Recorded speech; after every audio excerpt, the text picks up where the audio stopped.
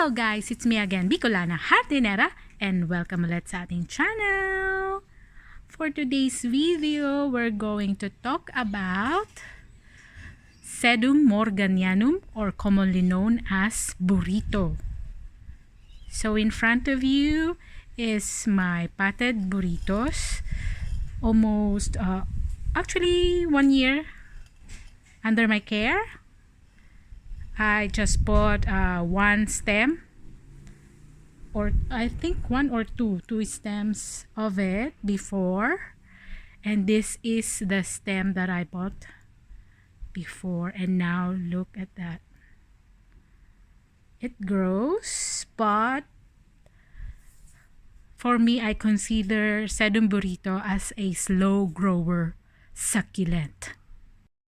So why I considered my burrito as a slow grower succulent is because this one, guys. I have this one.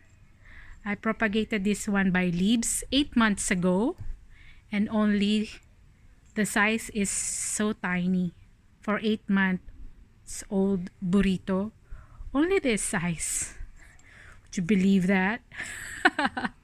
From 8 months of leaf propa, only this size, almost 1 inch. So if you are going to propagate by leaves, don't expect that the burrito will grow faster, as this is the example of a propagated burrito from a leaf. From 8 months, this is the only growth that I have.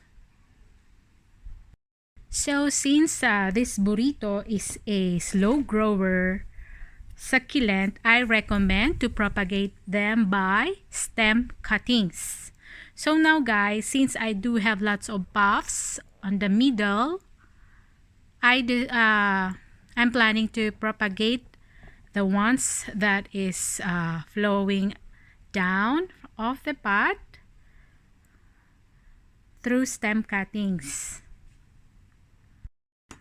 So in my in one pot, I can produce 6 stem cuttings from this, and we'll propagate them and by cutting stem cuttings and by leaf propagation.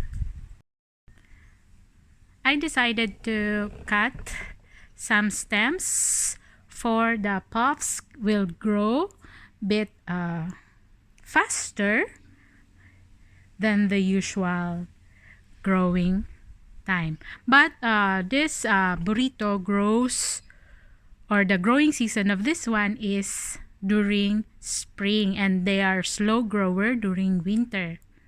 So if you want to propagate them, propagate it during spring or almost springtime.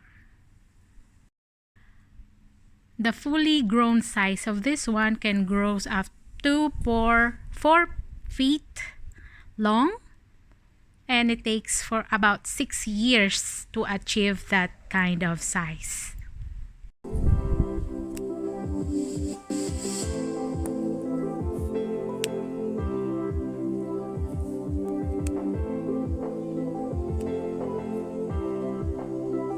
And this is the longest one.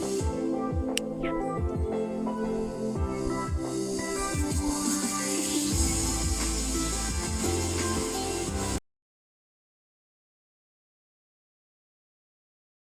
So after I harvest the stems from my burrito, this is the remaining one. With on the sides, I planted some leaf propagated burrito leaves, and now they are growing.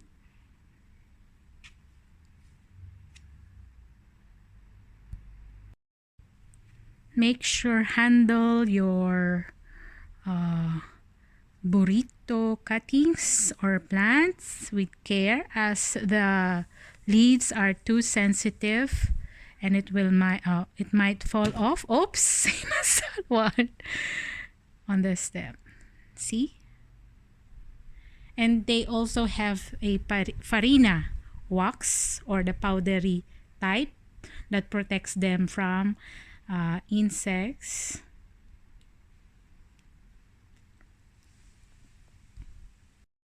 So guys, in propagating your burrito plant or burrito succulent, make sure that you propagate them in a well-draining soil and a super dry one, especially when you will directly propagate them into the soil, or you can propagate them in water, but make sure to air dry it first to have callus before putting it into water propagation. But for me, I will just use a soil propagation for this one, and I'm using a super dry soil. There. You can watch my video on how to make your own succulent potting soil mix, available on our channel, Bikolanahardinera.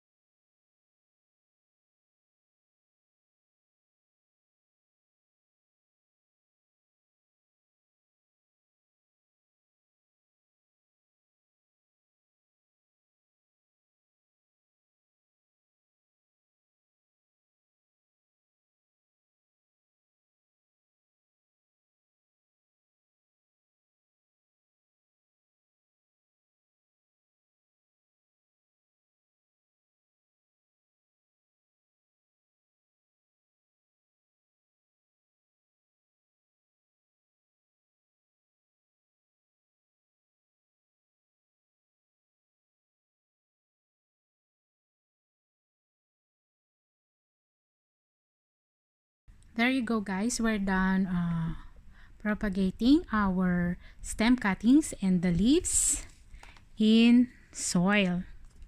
So this one, the leaves and the stem cuttings. Yan. So the proper location or position for our burrito to avoid stretch or leggy, you can position them in a bright filtered position, or it can tolerate up to 6 hours of full sun, morning sun to 6 hours, and you can water them once or twice every week, depends on the location where you put them. If it's in covered bright position, you can water them once every 2 weeks, or if it's in outdoor with full sun, once a week is tolerable. So make sure guys that you use a pot that is hardy enough to hold the burrito,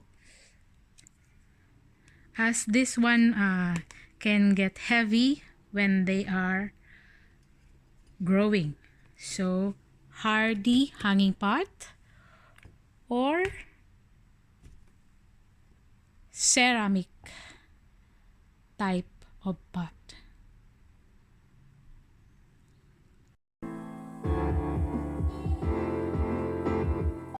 So that's all for today guys. Hope you liked and learned something about how to care and propagate for our Sedum Burrito. And if you learned something, please don't forget to like, share, and subscribe my YouTube channel and click the bell button para lagi kayong updated sa mga videos ni upload ko palagi.